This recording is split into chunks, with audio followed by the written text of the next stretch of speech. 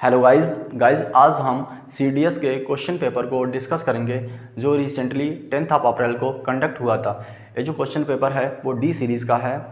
इस CDS के paper को हम 2 लेक्चर में शूट करेंगे। जो पहला लेक्चर होगा हमारा वह होगा पार्ट ऑफ स्पीच और जो दूसरा लेक्चर होगा वह होगा स्पॉटिंग एरर।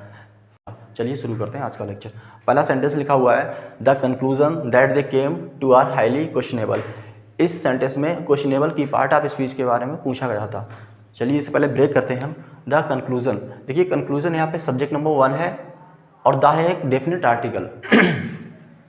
दैट यहाँ पे क्या है, कंजंक्शन है। दे सब्जेक्ट नंबर 2, केम वर्ब नंबर 2, ये सब्जेक्ट की वर्ब आ गई, राइट। यहाँ पे है टू प्रीपोजिशन। देखिए यहाँ पे प्रीपोजिशन को इसलिए लिखा गया है, किसी भी सेंटेंस में सेम पार्ट ऑफ स्पीच को आप एक साथ नहीं लिख सकते। यदि आप लिखेंगे तो इनके बीच में कोई ना कोई प्रीपोजिशन को लिखना ही पड़ेगा।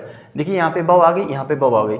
अब ये दो वर्ब एक साथ ना आए तो इसके लिए हमने इनके बीच में प्रीपोजिशन लिख दिया, राइट। आर यहाँ पे क्या है, verb number 2, main verb number 2। देखिए इस सब्जेक्टिव वर्ब तो यहाँ पे आ गई और इस सब्जेक्टिव वर्ब यहाँ पे आ गई, राइट। Highly questionable. अब देखिए जो आर है बेसिकली ये है लिंकिंग वर्ब, और लिंकिंग वर्ब बेसिकली जो आर है वो है एक लिंकिंग वर्ब, और लिंकिंग वर्ब के बाद तो हमेशा ही सब्जेक्ट कॉम्प्लीमेंट आते हैं। तो क्वेश्चनेबल क्या हुआ, सब्जेक्ट कॉम्प्लीमेंट। अब जो सब्जेक्ट कॉम्प्लीमेंट होता है वो या तो नाउन होता है या फिर एडजेक्टिव होता है। सब्जेक्ट कॉम्प्लीमेंट या तो नाउन होता है या फिर एडजेक्टिव होता है। इसे पता करने का सिंपल सा फंडा है, यदि सब्जेक्ट कॉम्प्लीमेंट से पहले कोई आर्टिकल दे रखा हो तब तो सब्जेक्ट कॉम्प्लीमेंट की पार्ट ऑफ स्पीच एक नाउन होगी। ध्यान से सुने, यदि सब्जेक्ट कॉम्प्लीमेंट से पहले कोई आर्टिकल दे रखा हो तो सब्जेक्ट कॉम्प्लीमेंट की पार्ट ऑफ स्पीच एक नाउन होगी। यदि सब्जेक्ट कॉम्प्लीमेंट से पहले कोई आर्टिकल ना दे रखा हो तो सब्जेक्ट कॉम्प्लीमेंट की पार्ट ऑफ स्पीच एक एडजेक्टिव होगी। बताइए साहब, इस क्वेश्चनेबल से पहले कोई आर्टिकल लगा है क्या? नहीं लगा है, तो इस क्वेश्चनेबल की पार्ट ऑफ स्पीच एक एडजेक्टिव होगी। क्या होगी ये? एडजेक्टिव। तो आपको ऑप्शन क्लिक करना होगा एडजेक्टिव, इसका आंसर है एडजेक्टिव। और जो एडजेक्टिव को क्वालिफाई करते उसे कहते हैं एडवर्ब। तो हाईली क्या होगा, यहाँ पे होगा एडवर्ब। देखिए इस सेंटेंस को हम इस तरह से पढ़ेंगे। ये जो सेंटेंस है वो 2 क्लॉज से मिलकर बना है। पहली क्लॉज क्या है, the conclusion are highly questionable, पहली क्लॉज। सेकंड क्लॉज यहाँ पे है दैट दे केम, ये है सेकंड क्लॉज, राइट। और फर्स्ट क्लॉज क्या है, द कंक्लूजन, और ये पोर्शन इसके साथ जुड़ा हुआ है the conclusion are highly questionable. तो आपको क्या क्लिक करना था, इसका आंसर होगा एडजेक्टिव। समझ में आया? Next, this year marks the quincentenary of Columbus voyage to America. देखिए इस वर्ड से पहले आर्टिकल आ गया, और आर्टिकल तो हमेशा नाउन या प्रोनाउन के लिए लगते हैं, तो हमें ऑप्शन देखना होगा। इसका ऑप्शन है नाउन, एडवर्ब, एडजेक्टिव और आर्टिकल। आर्टिकल तो हो नहीं सकता भाई, आर्टिकल तो हो नहीं सकता, तो क्या होगा, एक नाउन होगा, क्योंकि आर्टिकल तो हमेशा नाउन या प्रोनाउन के लिए यूज होते हैं, राइट। तो इसका आंसर क्या होगा, noun. Next, I still cherish the memories of those for of days. देखिए इस सेंटेंस को ब्रेक करने की जरूरत नहीं है। देखिए यहाँ पे क्या आया, ये नाउन आया, यहाँ पे आया नाउन, और नाउन को क्वालिफाई करने का काम करते हैं एडजेक्टिव। तो ये जो होगा फॉर ऑफ, ये होगा एडजेक्टिव। क्या होगा, एडजेक्टिव। देखिए पहले हम इसे ऑप्शन से ब्रेक करते हैं। देखिए एडवर्ब तो होगा नहीं, एडवर्ब जो होता है वो क्वालिफाई करने का काम करता है किसी एडजेक्टिव को या फिर किसी वर्ब को। तो यहाँ पे वर्ब तो है नहीं, यहाँ पे वर्ब नहीं है, यहाँ पे नाउन है, तो एडवर्ब तो होगा नहीं। सेकंड आया कंजंक्शन। देखिए कंजंक्शन का काम होता है 2 क्लॉज को ज्वाइन करना, यहाँ पे तो एक ही क्लॉज है, तो फॉर ऑफ कंजंक्शन भी नहीं होगा। बचा क्या, एडजेक्टिव और प्रीपोजिशन।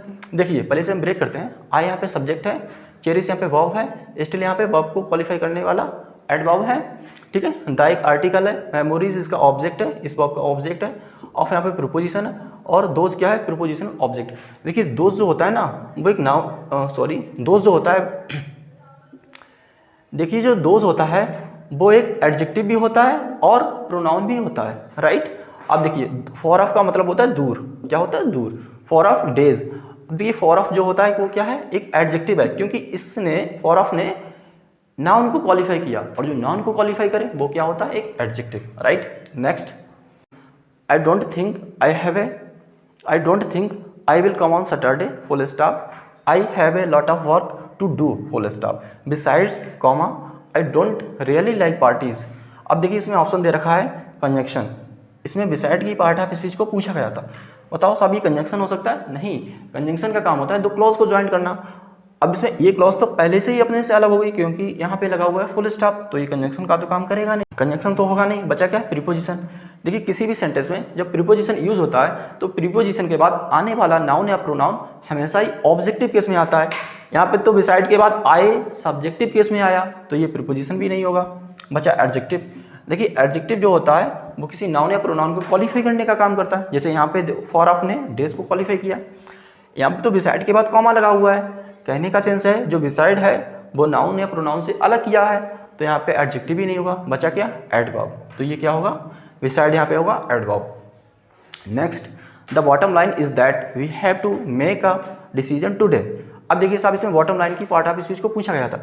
देखिए ये सिंपल सेंटेंस है, कोई क्वेश्चन मार्क नहीं। देखिए ये सिंपल सेंटेंस है और सिंपल सेंटेंस सब्जेक्ट से शुरू होता है, सिंपल सेंटेंस सब्जेक्ट से शुरू होता है। दूसरी बात, आर्टिकल हमेशा नाउन या प्रोनाउन के लिए आते हैं, तो यहाँ पे ये सब्जेक्ट है, इसकी पार्ट ऑफ स्पीच क्या होगी, नाउन, क्या होगी, noun, right. Next, try to knock that base over, try to knock that base over. इस तरह के सेंटेंस जो होते हैं इंपेरेटिव सेंटेंस होते हैं, इसमें जो सब्जेक्ट होता है यू वो हमेशा अंडरस्टूड होता है। अगर यहाँ पे यू नहीं दे रखा है तब भी हम मान के चलें इसमें सब्जेक्ट यू गिवन है, राइट। तो देखिए ट्राई यहाँ पे बब हुआ, यू यहाँ पे सब्जेक्ट गिवन है, अंडरस्टूड है पर गिवन है। ट्राई यहाँ पे क्या हुआ, बब हुआ, 2 + B1। किसी भी सेंटेंस में 2 + बब की फर्स्ट फॉर्म जो होती है उसे कहते हैं सेमी बब। इसका हमने दूसरा नाम दिया है इन्फिनेटिव। अब किसी भी सेंटेंस में इन्फिनेटिव 3 काम करता है, नाउन बनने का काम करता है, एडजेक्टिव बनने का काम करता है और एडवर्ब बनने का काम करता है, राइट। इसे बोलेंगे क्या, सेमी बब, इसे बोलेंगे सेमी बब। एक तरह की ये बब ही होती है। दैट यहाँ पे क्या है, देखो दैट यहाँ पे है रिलेटिव प्रोनाउन। किसी भी सेंटेंस में दैट 2 काम करता है, कंजंक्शन बनने का काम करता है, रिलेटिव प्रोनाउन बनने का काम करता है। जब कंजंक्शन बनने का काम करेगा तो 2 क्लॉज को ज्वाइन करेगा, 2 क्लॉज को ज्वाइन करेगा। यहाँ पे तो एक ही क्लॉज है, कहने का सेंस है दैट यहाँ पे क्या है, रिलेटिव प्रोनाउन, राइट। अब दैट ने 2 + B1 यानी टू नो को रिप्रेजेंट करने का काम किया, दैट ने 2 + B1 को रिप्रेजेंट करने का काम किया, राइट।